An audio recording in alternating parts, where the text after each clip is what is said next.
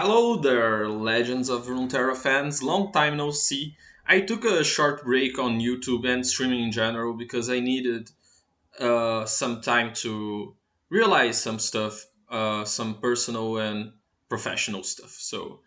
But Arcane is marking my return to Runeterra, coupled up with the new upcoming expansion. I'll be playing pretty much all day tomorrow after the release of the new labs. But today we are here not to talk about Legends of Runeterra. We are here to talk about the great show Arcane. And I mean, my expectations were already high, but they really were surpassed, Like, the show is really, really great. And I'll tell you why episode by episode. We are doing a series of episode analysis. I did a little research and I saw that most YouTubers did like short analysis of the whole three episodes. But I think each episode contains enough content uh, for it to merit individual discussions of each episode. And especially with what's happening on the next three and so on. So, episode one is named Welcome to the Playground.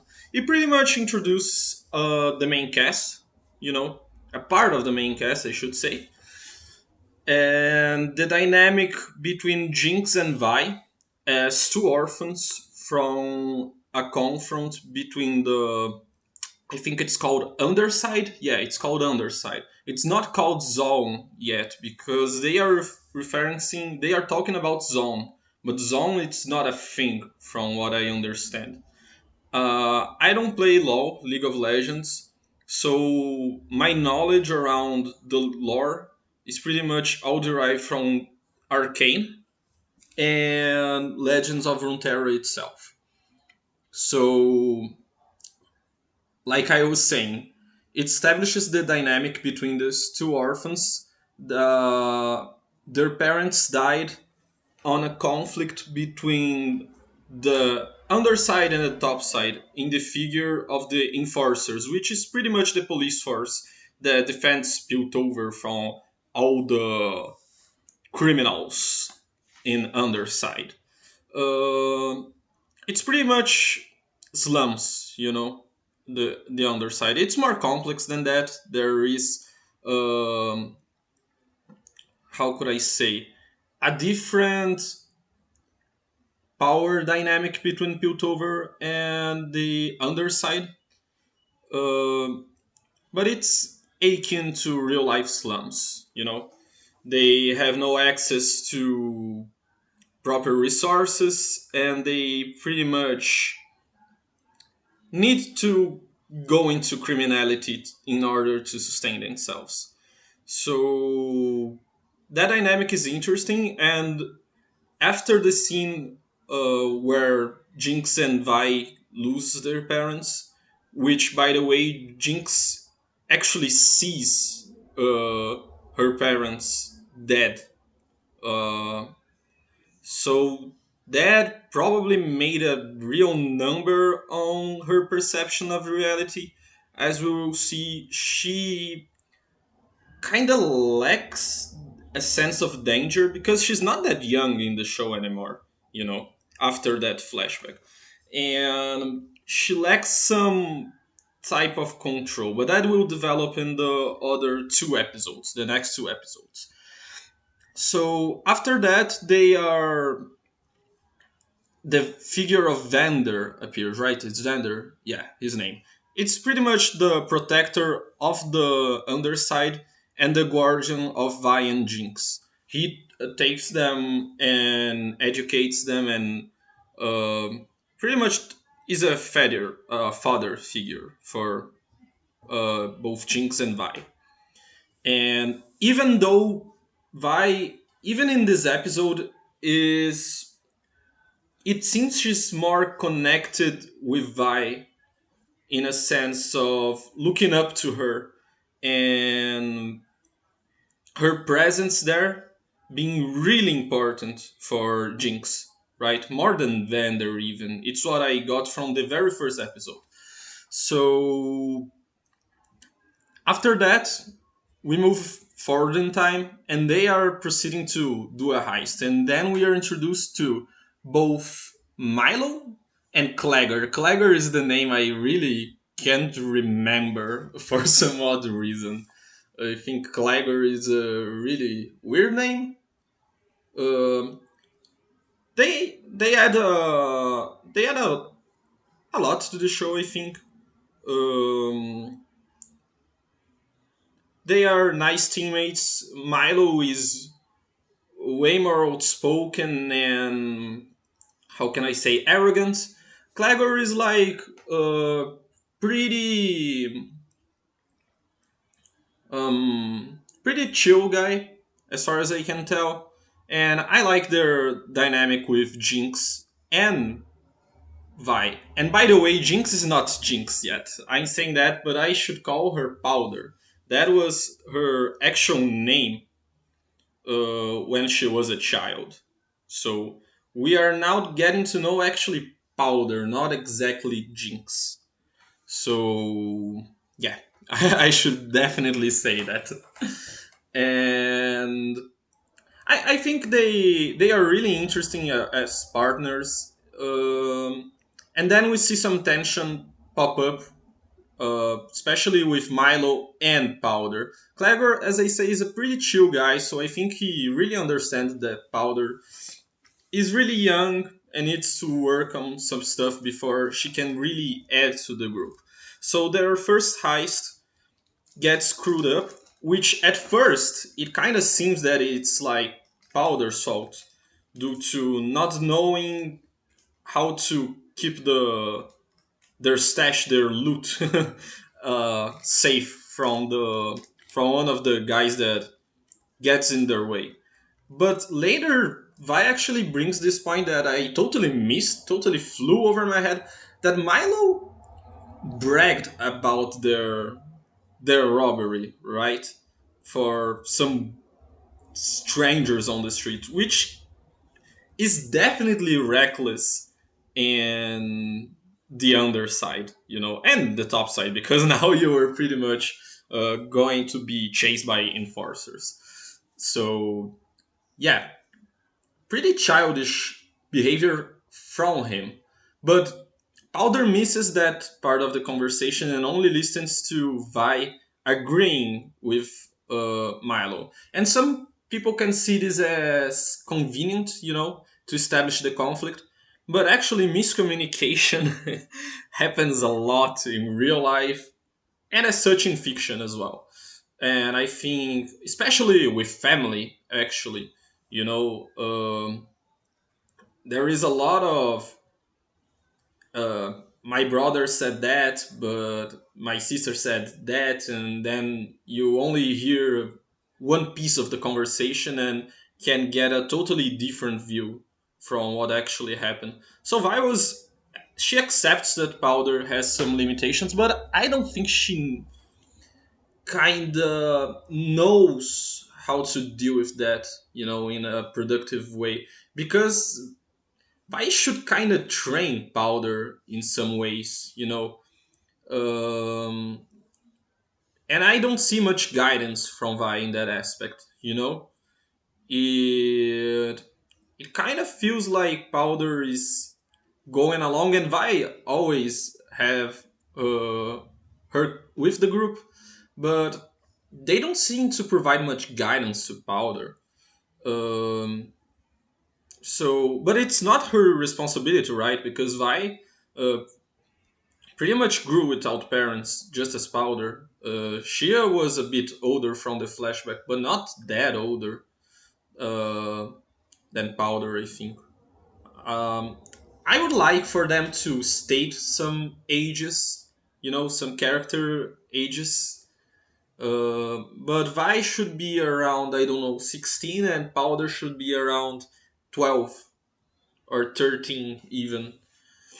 So Vi doesn't know how to be like a mother and father, and she kind of doesn't try, you know And oh, but there's Vander, right? But as we know in the other episodes, Vander is not actually, or has not always been like this sort of reliable and cool and good example, a reliable guy, So, and he has to deal with all the underside politics and conflicts. We see he stopping a conflict on the bar, on the very first episode to establish him as this figure, as this kind of leader, you know, of the underside. So I can see how he doesn't have that much time to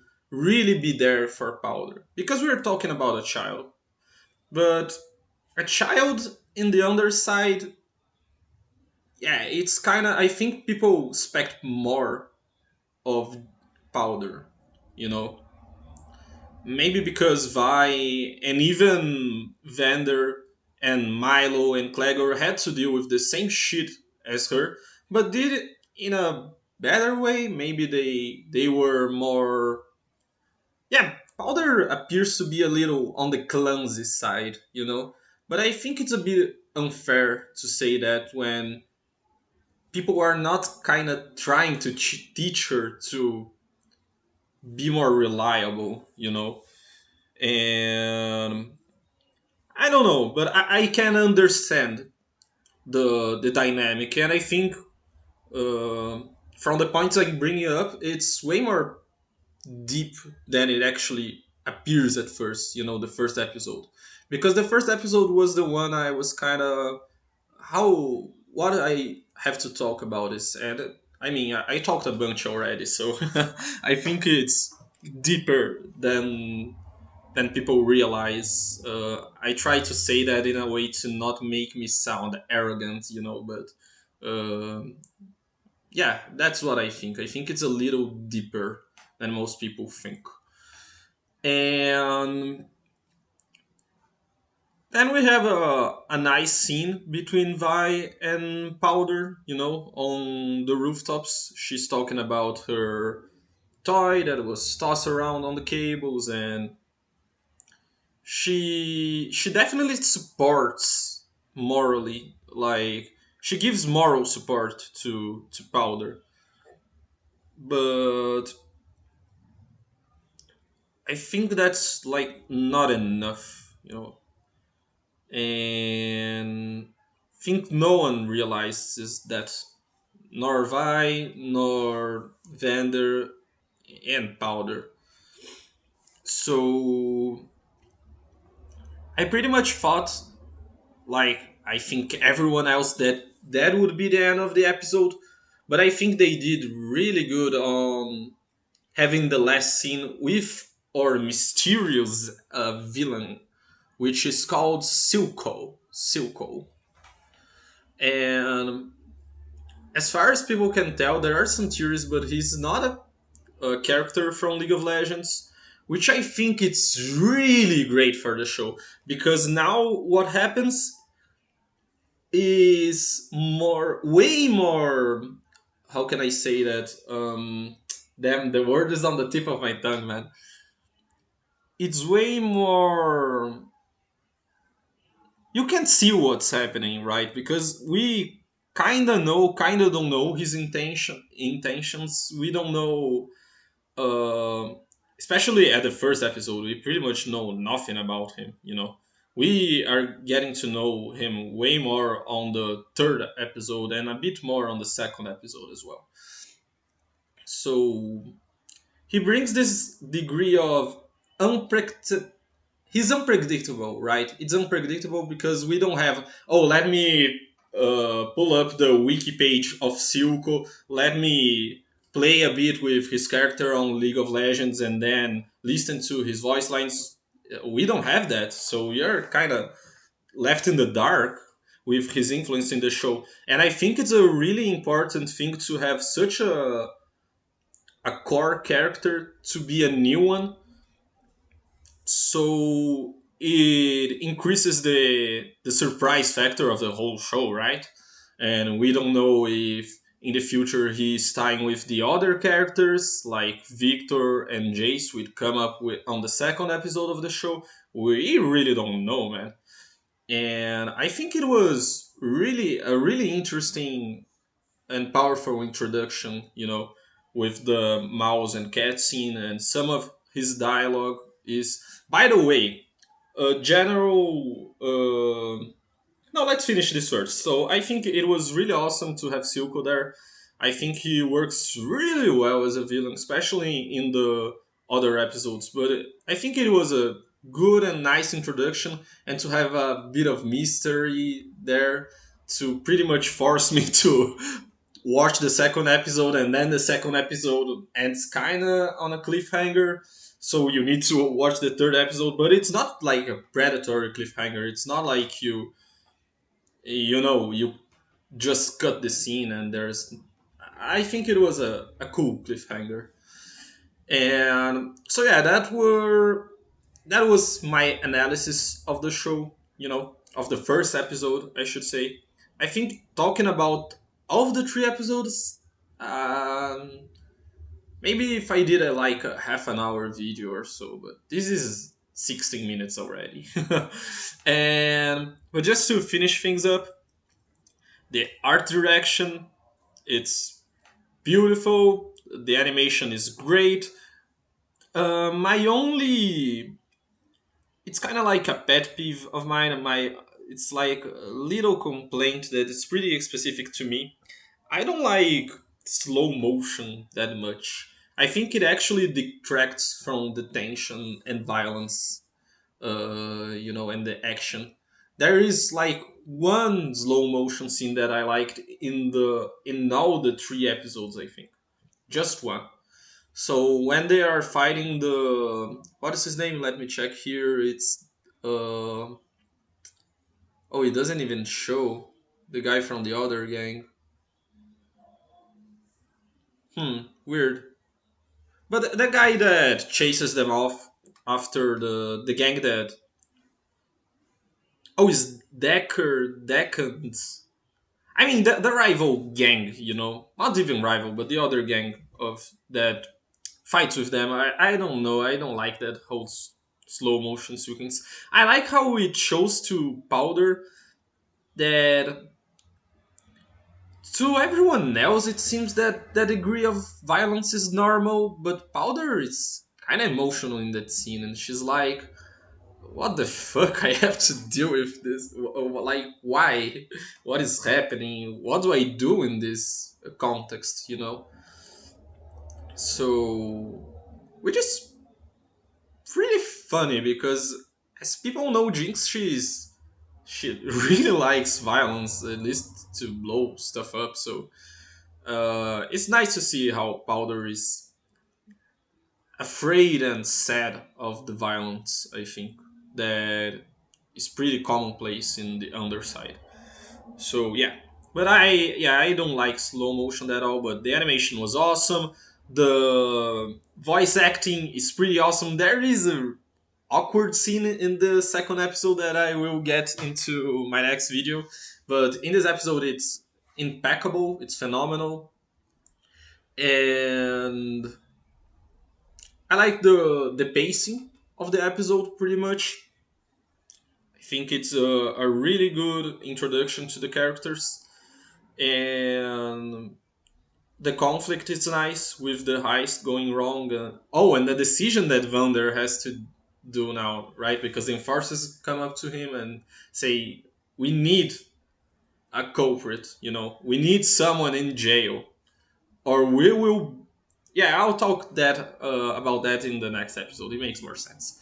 So yeah, voice acting great. The character designs are great too. The animation is great. The soundtrack is great.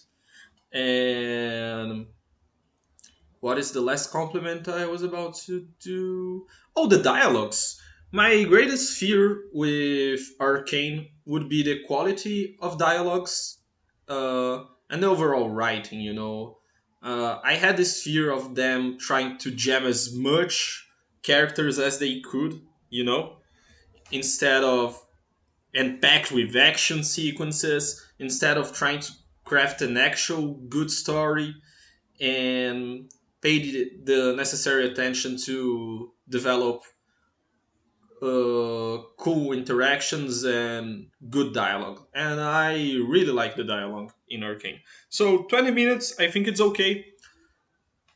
The next video should be a bit shorter, but I don't know. I think 20 minutes is okay for per episode. So hope you like the video, and yeah, see you on the next one. Bye. Oops, actually, uh, bye.